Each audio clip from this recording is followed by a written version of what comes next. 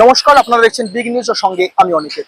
গত রবিবার আমরা যে দেখতে পাই বাংলাদেশের যে চিত্র ফুটে উঠেছে সেটির মাধ্যমে আমরা জানতে পেরেছি যে আমাদের বিশ্বকবি কবিগুরু রবীন্দ্রনাথ ঠাকুরকে কিন্তু অপমান করা হয়েছে। কিভাবে না, তার সিরাজগঞ্জে যে বাড়ি ছিল, বাংলাদেশের সিরাজগঞ্জে তার যে পৈতৃক বাড়ি ছিল তা কিন্তু ভাঙচুর করা হয়েছে। এই তথ্য আমরা জানতে পেরেছি। এরকম সূত্র মারফত এরকম জানা গিয়েছে যে বাংলাদেশের যে পৈতৃক বাড়ি ছিল তা বর্তমানে এক জাদুঘরের রূপে ব্যবহার করা হতো। সেখানে বিভিন্ন সাধারণ যে মানুষ আছে তারা দর্শন করতে আসতো বা ভ্রমণের জন্য আসতো। কিন্তু গত রবিবার সেই যে পৈতৃক বাড়ি বা জাদুঘরে যে কর্মীরা তাদের সাথে দর্শনার্থীদের এক দ্বন্দ্ব বাঁধে, মোটরসাইকেল পার্কিং নিয়ে সেই দ্বন্দ্ব বাঁধে বলে জানা যাচ্ছে এবং তারপর ভাঙচুর চালানো হয়। এই বিষয়ে আজকে কলকাতার শিয়ালদহ স্টেশন থেকে বাংলাদেশের উপদূতাবাস পর্যন্ত এক মহামিছিলের আয়োজন করা হয়েছিল। চলুন দেখে নেবো সেই চিত্রগুলি এবং জেনে নেব যে এই বিষয়ে বিজেপির ঠিক কি বক্তব্য।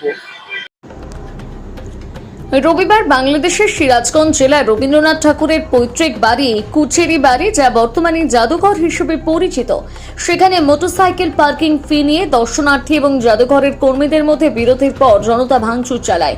এই বিবাদের সময় দর্শনার্থীদেরকে আটকে রাখা হয় এবং লাঞ্ছিত করা হয় বলে অভিযোগ। এই ঘটনা জনসাধারণের ক্ষোভের সৃষ্টি করে, যার ফলে প্রবেশপথের কাছে বিক্ষোভ শুরু হয়। এরপর জনতা প্রাঙ্গণে হামলা চালায় এবং জাদুঘর এবং মিলনায়তনের ক্ষতি করে। এর প্রতিবাদে আজ বঙ্গ বিজেপির পক্ষ থেকে বাংলাদেশ উপদূতাবাস পর্যন্ত প্রতিবাদ মিছিলের ডাক দেওয়া হয়।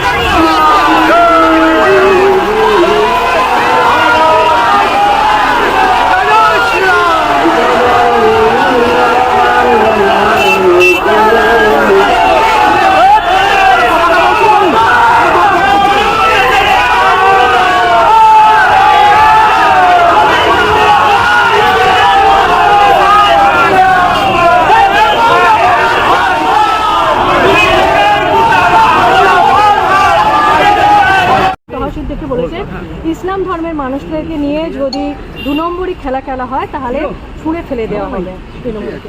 দেখুন, তৃণমূলের মধ্যে ফাটল ধরে গেছে এবং তৃণমূলকে আর কেউ বিশ্বাস করে না। তুষ্টিকরণের রাজনীতি দিয়ে 3বারের মতো সরকারে এসছেন, কিন্তু যাদেরকে নিয়ে সরকারে এসছেন তাদের কোনো বিকাশ, কোনো ডেভেলপমেন্ট আজকে করেনি।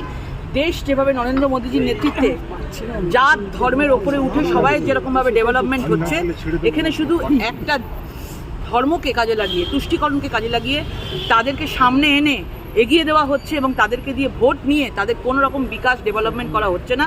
এবং সেই জন্য আজকে প্রত্যেকের ভেতরে একটা রাগের সৃষ্টি হচ্ছে এবং সেই রাগ আস্তে আস্তে দেখবেন ভোটের বাক্সে গিয়ে পড়বে এবং আগামী দিন দেখতে পাবেন যে যাদেরকে নিয়ে একসময় তিনি ক্ষমতায় এসেছিলেন তারাই একদিন তার দর্পচূর্ণ করবে। Thank you. এবং তারা পুরোপুরিভাবে আমাদেরকে জানাবে, রিপ্লাই দেবে, এটাই বলেছে। দিদি, একটা অন্য প্রশ্ন আছে। খিদিরপুরে কালকে জানেন যে একটা বাজার পুরো পুড়ে গেছে, প্রায় 1300 দোকান পুড়ে গিয়েছে।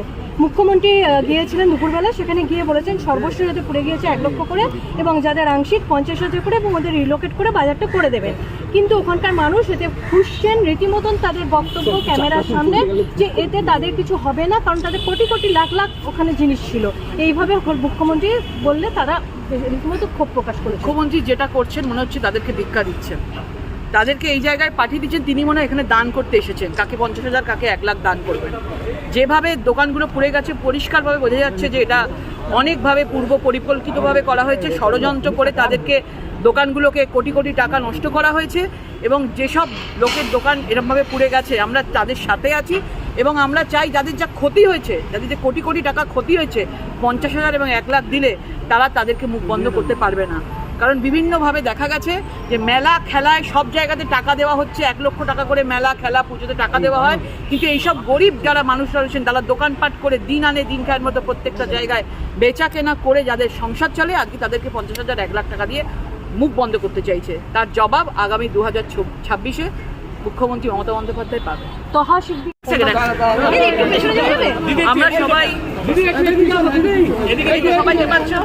ঠিক আছে দিদি, ঠিক আছে একদম। আমরা 5 জনের প্রতিনিধি আমরা হাইকমিশন আমরা তাদের সঙ্গে আমরা এই বাংলাদেশে 8ই জুন যে রবীন্দ্রনাথ ঠাকুরের বাড়ি ভাঙচুর হয়েছে সেটা নিয়ে আমরা বিশদভাবে আমরা জানিয়েছি, এবং কখনো রবীন্দ্রনাথের মূর্তি ভাঙা, কখনো রবীন্দ্রনাথের ওপর মূর্তির ওপর কালি ছেঁড়া, কখনো রবীন্দ্রনাথের বাড়ি ভাঙচুর এমন জায়গায় পৌঁছে গেছে। আমরা বলেছি যে তারা বাংলাদেশ থেকে তারা কি স্টেপ নিয়েছে আমাদেরকে জানাক, এবং তারা পুরো বিষয়টা মনোযোগ সহকারে শুনেছেন এবং আমাদেরকে কথা দিয়েছেন যে এই ব্যাপারে আপনাদের যা যা জিজ্ঞাসা আছে ওনারা এই হাইকমিশনের তরফ থেকে বাংলাদেশে তারা এই বার্তা পাঠাবেন, তাদের দেশে পাঠাবেন, এবং কি ঘটনা ঘটেছিল, কি হয়েছিল না হয়েছিল পুঙ্খানুপুঙ্খভাবে তারা আমাদেরকে সেটা রিপ্লাই করবেন।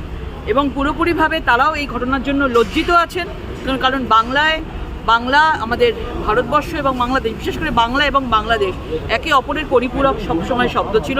রবীন্দ্রনাথকে নিয়ে সবার অন্তরের হৃদয়ের কবি হচ্ছে রবীন্দ্রনাথ, আগেও ছিল এখনও আছে, কিন্তু আগামী দিনে যেভাবে রবীন্দ্রনাথকে মুছে ফেলার চক্রান্ত চলছে সেইটা নিয়ে আমরা প্রচণ্ডভাবে দুঃখিত, এবং আমরা চাই যে আগামী দিনে যারা এই ধরনের জিনিস বাংলাদেশের মধ্যে করবে তাদের যেন উপযুক্ত শাস্তি হয়, এবং ইন্টারিম সরকার যেন পুরোপুরিভাবে এটাতে ইন্টারভেন করে তদন্ত করে যে কারা আছে, এবং সেটা যেন আমাদেরকে জানানো হয়। ডেপুটি হাইকমিশন কি বললো আপনাকে?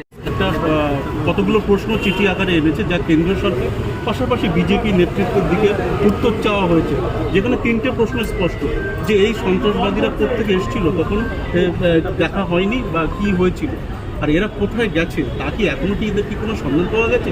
আর তৃতীয় প্রশ্ন হচ্ছে যে এই যে নিরাপত্তা ব্যবস্থা, এই যে ইন্টেলিজেন্স ফেলিওর, এই বিষয়ে প্রশ্ন তোলা হয়েছে, বলা হয়েছে যে আইবির যিনি কর্তা তাকে ইনস্ট্রাকশন দেওয়া হচ্ছে, তারপরেও এই ব্যর্থতা কি বলবো?